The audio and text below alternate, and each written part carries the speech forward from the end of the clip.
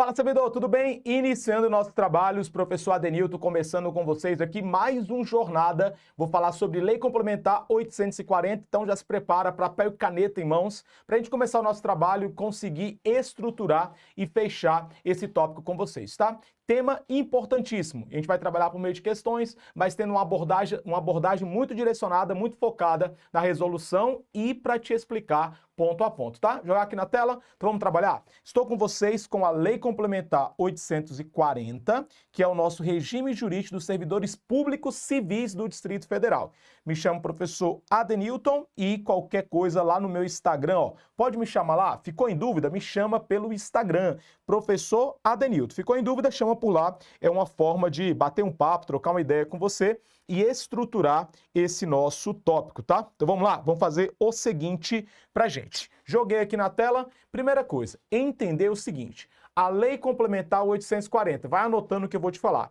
Ela é aplicada aos servidores públicos civis do Distrito Federal. Então a 840 ela não se aplica aos empregados públicos. Quem vai fazer concurso, por exemplo, para CAESB, Terracap, Paraceb, são todos empregados públicos, são regidos pela CLT, não são regidos pela Lei Complementar 840. Volta e meia, vem uma questão falando assim: a Lei Complementar 840 aplica-se a todos aqueles que trabalhem para a administração pública do Distrito Federal. Errado.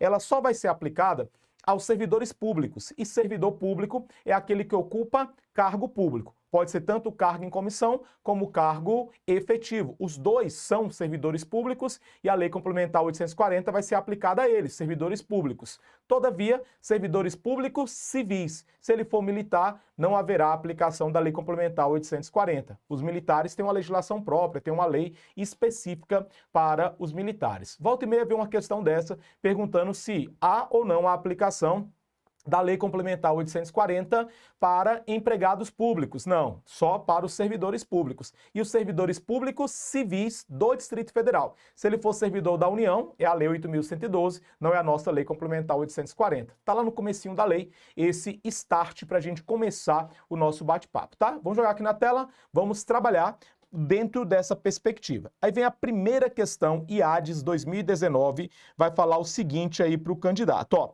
Questão número, no nosso esqueminha aqui, questão número 1, falou o seguinte: de acordo com a Lei Complementar 840, que a gente sabe que é a que vai reger o serviço público no Distrito Federal, acerca de cargos públicos. Quando eu falo cargos públicos, amigo, o cargo público, ele pode ser tanto um cargo efetivo, que é aquele que tem concurso público e que adquire estabilidade, ou também pode ser um cargo em comissão. Esses dois aqui, ó, serão regidos pela Lei Complementar 840. O servidor efetivo tem que ter concurso público, adquire estabilidade após 3 anos de exercício. Em comissão, livre nomeação e livre exoneração, você vai ter o cargo em comissão.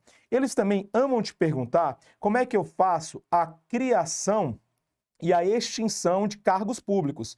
Volta e meia cai uma questão perguntando: para que eu venha a fazer o quê? A criação ou para que eu venha a fazer a extinção de cargos públicos? O que eu preciso? Aí você fala, né? Colocar até em vermelho. Por lei. Tanto para criar quanto para fazer a extinção de cargos públicos, somente por meio de lei. Se vier na tua prova falando que eles podem ser extintos, criados por meio de decreto, por meio de portaria, questão está errada, tá? Outro tópico pode cair na tua prova é falar sobre as funções de confiança. Quando eu falo de funções de confiança, eu acredito que são 2 tópicos que gostam de aparecer dentro de funções de confiança. Primeiro, elas são criadas para fazer 3 atribuições. Função de confiança, DCA. DCA. O que significa esse DCA?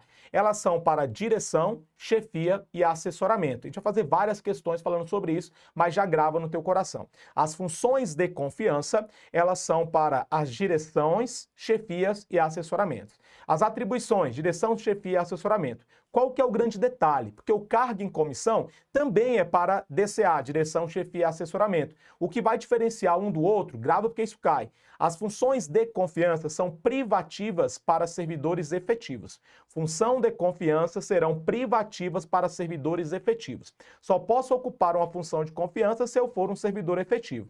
Já o cargo em comissão, que também ele é para direção, chefia e assessoramento, ele é livre nomeação e livre exoneração. Então eu posso colocar alguém no cargo em comissão, independentemente dele ser servidor efetivo. Já para uma função de confiança, eu só posso designar para uma função de confiança aquele que já é servidor efetivo. Amigão, efetivo é diferente de estável. Na tua prova, eles amam colocar que no estágio probatório não pode ocupar a função de confiança. Pode sim. É possível ocupar a função de confiança mesmo estando no estágio probatório. Se porventura vier na tua prova falando alguma coisa diferente, a questão está errada, beleza? Jogo para cá, vamos trabalhando agora. Já fiz esse aparato todo, agora eu posso vir aqui trabalhar com você. Começando aqui, letra A, fala aqui, o ato de provimento, cara, provimento é a nomeação, tá? Cuidado porque volta e meia eles vão tentar confundir, eu vou fazer uma anotação melhor sobre isso.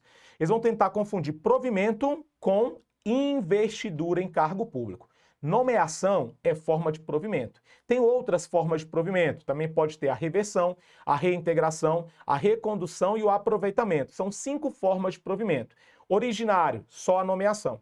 Derivado, reversão, volta do aposentado, reintegração, volta do demitido, recondução e aproveitamento. São 5 formas de provimento. Investidura é a posse. Quando fala de investidura em cargo público, estou falando de posse.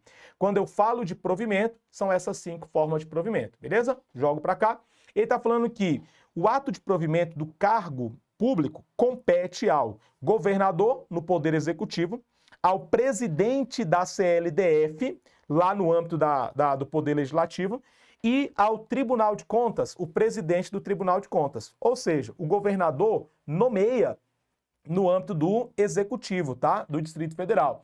O presidente da CL no âmbito do Legislativo. A gente não tem judiciário, mas no âmbito do Tribunal de Contas vai ser o presidente do Tribunal de Contas. É isso aí que ele está falando pra gente. Cara, faz o seguinte, coloca essa questão como verdadeira. Nosso gabarito é a letra A. Então eu pego aqui, ó, fundamento, é o artigo 10.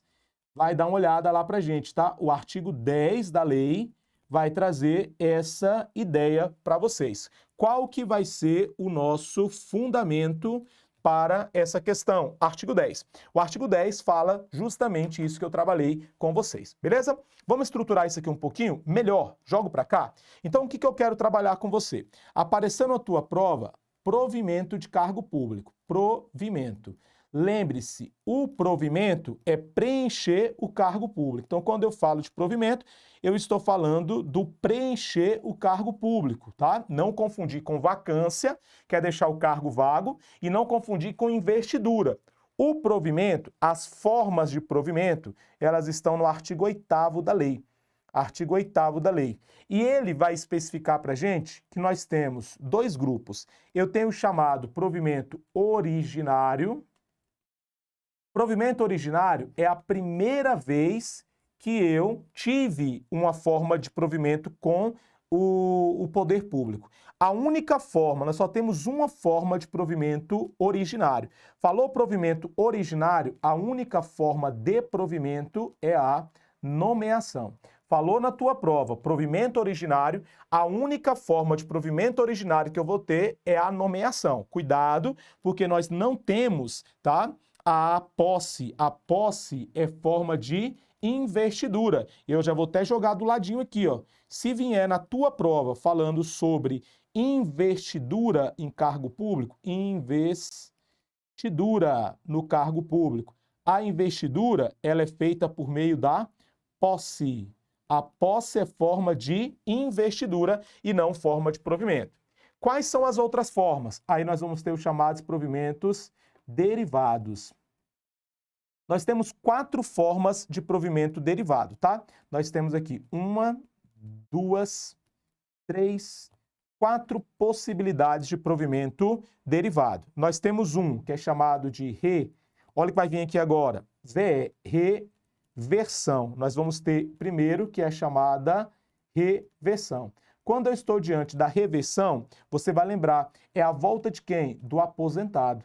A reversão é a volta do aposentado, tá? O aposentado, ele vai voltar por meio da reversão. Apareceu na tua prova e falou de reversão, você lembra do VE. E o VE, professor, é a volta do velho, né? Vale, para você lembrar na tua prova, você vai lembrar disso aí. Reversão é a volta do aposentado ao cargo de origem. Essa reversão, ela pode ser de duas formas. A gente vai trabalhar isso com mais propriedade, mas desde já, entenda que a reversão pode ser obrigatória. Na reversão obrigatória, ele saiu por algum motivo que tem que voltar. São duas formas de ter reversão obrigatória.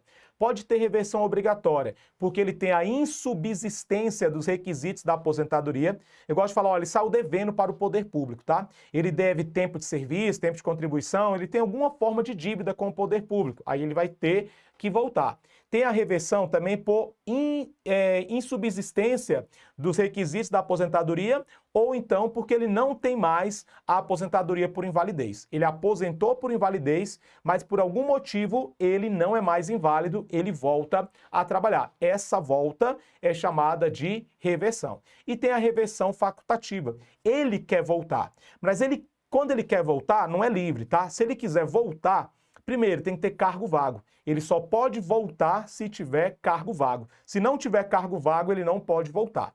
Ele só pode voltar se a aposentadoria dele tiver menos de 5 anos. Decora, porque a prova ama perguntar isso. Só pode ter a reversão voluntária se a aposentadoria desse cara tiver acontecido com menos de 5 anos. Se já tiver mais de 5 anos, ele não pode ter a reversão. Cargo vago, a aposentadoria não pode ter passado de 5 anos e a administração tem que manifestar o interesse de que o servidor volte. Como é que ela manifesta isso? Por meio de edital. E volta e meia nas questões, o candidato se assusta quando aparece lá. Para acontecer a reversão voluntária, facultativa, a administração tem que se manifestar por meio de um edital. Tá certo, tá? Tem que ter a manifestação por meio do edital. E grava isso. O servidor não pode reverter se ele já tiver completado 70 anos de idade. Se ele completou 70 anos de idade, não pode ter reversão, nem a obrigatória e nem a facultativa, tá? Grava essa informação. Vamos para lá? Professor, qual que é a outra forma de reversão que nós temos? A outra forma de reversão, não, desculpa, tá? A outra forma que nós temos para o provimento derivado é chamada de reintegração. Aí você decora aqui, ó, esse IN. A outra forma é chamada de reintegração. Outra forma, reintegração. A reintegração, IN, é a volta do servidor demitido ao cargo de origem. Ele foi demitido e agora ele volta ao cargo de origem, tá? O servidor demitido, quando volta ao cargo de origem, nós chamamos de reintegração. O grande detalhe, quando ele volta, ele tira aquele que está no lugar dele, tá? Aquele que está no lugar dele, ele vai retirar. Ele vai retirar aquele que está no lugar dele. E o detalhe é que o reintegrado, ele tem direito a uma indenização.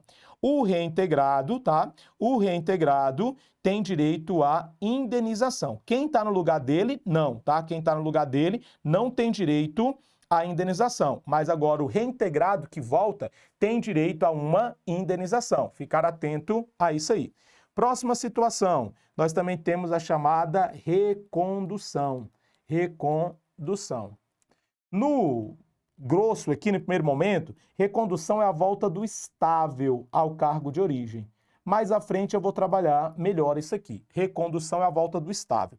E eu tenho o aproveitamento. Aproveitamento. Quando eu falo de aproveitamento, é a volta daquele que estava em disponibilidade. Aquele que estava em disponibilidade, quando ele volta, é chamado de aproveitamento, é a volta do servidor que estava em disponibilidade. Apareceu na tua prova, marca isso aí pra gente, tá? A disponibilidade, vou até bater um papinho rapidinho com você só para revisar o que seria a disponibilidade. Disponibilidade. Quando não tiver cargo vago, o servidor estável, muita atenção, as questões amam perguntar isso. Eu só posso ir para a disponibilidade se eu for estável. E o que é a disponibilidade? Ele vai ficar em casa. ele vai ficar em casa porque não tem cargo para ele ocupar. Só que ele fica em casa recebendo, mas claro que ele não recebe de forma integral. Ele recebe, olha a palavra mágica, proporcional ao tempo de serviço. Ele recebe proporcional ao seu tempo de serviço. Só que a lei fala que tem um mínimo para ele receber, 1/3. Ele não pode receber menos do que 1/3 do que ele recebia quando estava na atividade. Ele recebe proporcional, não é integral. Volta e meia vem uma questão falando que ele recebe integral. Ele recebe proporcional ao seu tempo de serviço. Só que esse salário dele tem um mínimo. O mínimo é não inferior a um salário mínimo, a 1/3 do salário mínimo, 1/3 da sua remuneração. Por que está vindo salário mínimo na minha cabeça, né? Loucura. 1/3 da sua remuneração. Ele não pode receber menos do que 1/3 da sua remuneração. Como eu não sei fazer conta, ele recebe R$ 9.000. Se ele for para a disponibilidade, ele não pode receber menos do que R$ 3.000, porque é 1/3 dessa remuneração. Claro que é proporcional ao tempo de serviço. Se ele já tiver mais tempo de serviço, ele pode receber mais do que esse 1/3, beleza? Joga para cá, dá uma grifada, uma decorada, tá? Leva isso aí para a tua prova, que são as formas de provimento. A gente vai trabalhar mais e mais esse tópico aí, tá?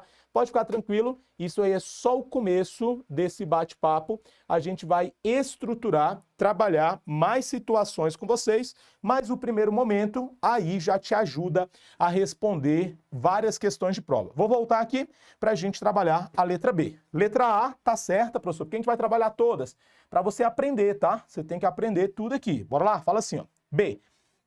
A lei que estabelece requisitos específicos para investidura, lembra que investidura é posse, em cargos públicos, viola, ele está falando que essa lei viola o princípio da isonomia e o disposto no regime único, né, dos servidores públicos civis do Distrito Federal. A questão está errada porque o artigo 7º, dá uma olhada nele, ele vai trazer uma ideia legal para a gente. Ele vai falar o seguinte: nós temos os requisitos para ocupar cargo público. Atenção, esses requisitos, eles estão no artigo 7º e duas informações legais. Primeiro, é no momento da posse que você tem que comprovar os requisitos para investidura no cargo.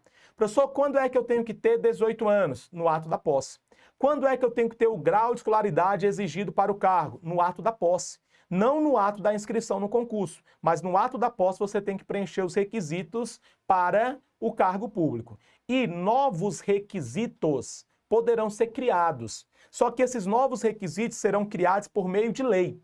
O edital não pode criar novos requisitos. Se na tua prova falar novos requisitos poderão ser criados por meio de edital, não está correta. Novos requisitos poderão ser criados por meio de lei. A lei pode criar novos requisitos. Agora, edital não pode, portaria não pode, somente a lei que cria novos requisitos. Isso aí gosta de aparecer na tua prova, tá? Jogo para cá e aí você já decora, já marca, já grifa essa informação aí pra gente e nós temos a questão B errada. Questão C. Aquele que praticar ato tipificado como inelegibilidade, previsto na legislação eleitoral, não está impedido de ser nomeado para ocupar cargo em comissão. Questão está errada e a gente vai passar por esse artigo, o artigo 5º, que ama cair em prova. E ele vai trabalhar muito isso aqui, ó. Nós temos o cargo em comissão, ó. Nós temos o famoso cargo em comissão. Apareceu na tua prova. O que nós temos que levar para o dia a dia de questões sobre ele, sobre o cargo em comissão. Bora lá. Primeira situação, pode aparecer e gosta de aparecer, então a gente estrutura isso aqui. Primeira coisa que as questões volta e meia cobram de vocês. Elas vão perguntar quais serão as atribuições do cargo em comissão. Atribuições. O cargo em comissão, ele vai ser criado para 3 atribuições, que aí você marca como DCA. Cargo em comissão, ele é criado para direção, ele é criado para chefia e ele é criado para assessoramento. Chefia e assessoramento. Beleza. Próxima informação que eles podem te cobrar. O cargo em comissão, ele é de livre nomeação. Olha lá, essa questão gosta demais de cair no dia a dia da tua prova. Falou que eu estou diante de um cargo em comissão. Ele tem uma natureza de ser um cargo de livre nomeação. Se ele é de livre nomeação, então significa que ele não precisa da realização de um concurso público. Concurso público. Professor, ele é um cargo de livre nomeação. Perfeito. Se ele é livre nomeação, ele vai prescindir, ele vai dispensar a realização de concurso público. Cargo em comissão, ele prescinde, ele não traz a necessidade de concurso público. Beleza. Só que essa livre nomeação, ela não é totalmente livre, tá? Porque nós vamos encontrar, colocar em vermelho, vedações. Eu não posso nomear quem eu quero, mas eu vou ter vedações. Eu tenho duas vedações. Primeira vedação, eu não posso nomear o chamado inelegível. Os inelegíveis, eles não poderão ser nomeados. Quem são os inelegíveis? São aqueles que tenham cometidos crimes eleitorais. Se ele cometeu crimes eleitorais, ele torna inelegível para efeito da 840. Não posso nomear os inelegíveis. Por quê? Porque ali ele tem uma vedação. E além dos inelegíveis, eles também não poderão nomear o nosso nepotismo. Nepotismo. O que vem a ser nepotismo? Eu não posso nomear parentes. Só que eu não poderei nomear parentes até o terceiro grau. Então, eu não posso nomear parentes até o terceiro grau. Parente até o terceiro grau, ele é vedada a nomeação, porque nós estamos diante do nepotismo, beleza? Além disso, o cargo em comissão, colocar o número 3 aqui, ó, ele também vai ser de livre exoneração. Exoneração. Ou seja, ele não adquire estabilidade. Cargo em comissão não adquire estabilidade. Ele não tem a questão de concurso público, todavia, ele também não vai ter estabilidade. São três informações importantes que as questões usualmente cobram dos candidatos. Se cobrar, você está aí preparado para responder. Vou voltar lá? Vamos para cá. Questão D. A edição de ato de nomeação, cara, como isso cai? Efeitos retroativos. É vedado, tá? Essa questão está errada e ela ama cair. É vedada. É vedado nomear, tá? É vedada a edição de nomeação com efeitos retroativos. Artigo 9, artigo que despenca em questões. O artigo 9, ele despenca em questões. Eu não posso nomear o candidato com efeitos retroativos. Nomeá-lo hoje para contar com efeitos lá atrás. Não pode, é vedada a nomeação de candidatos com efeitos retroativos. Não só a nomeação, o artigo 9 fala que é vedada. A nomeação é vedada a posse e o exercício com efeitos retroativos. Caiu na tua prova e isso despenca, cai demais, falando que eu posso nomear com efeitos retroativos. Não posso, é vedada a nomeação do candidato com efeitos retroativos. Se vier na tua prova, tá errada a questão. Fechado? Marca, decora e a gente vai aprofundando isso aqui. Jogo para cá e a letra E fala: o cargo em comissão de chefia é aquele cujo desempenho envolva atribuições da administração superior. Cargo de chefia, ele está falando que é aquele que envolva a administração superior. Vou jogar para cá e trazer o seguinte, ó. O que ama cair na tua prova? Você tem o cargo em comissão, de um lado. Vou fazer melhor. Cargo em comissão e função de confiança, eles são diferentes, tá? O que eles vão ter em comum? Eles têm em comum as atribuições. Porém, o cargo em comissão,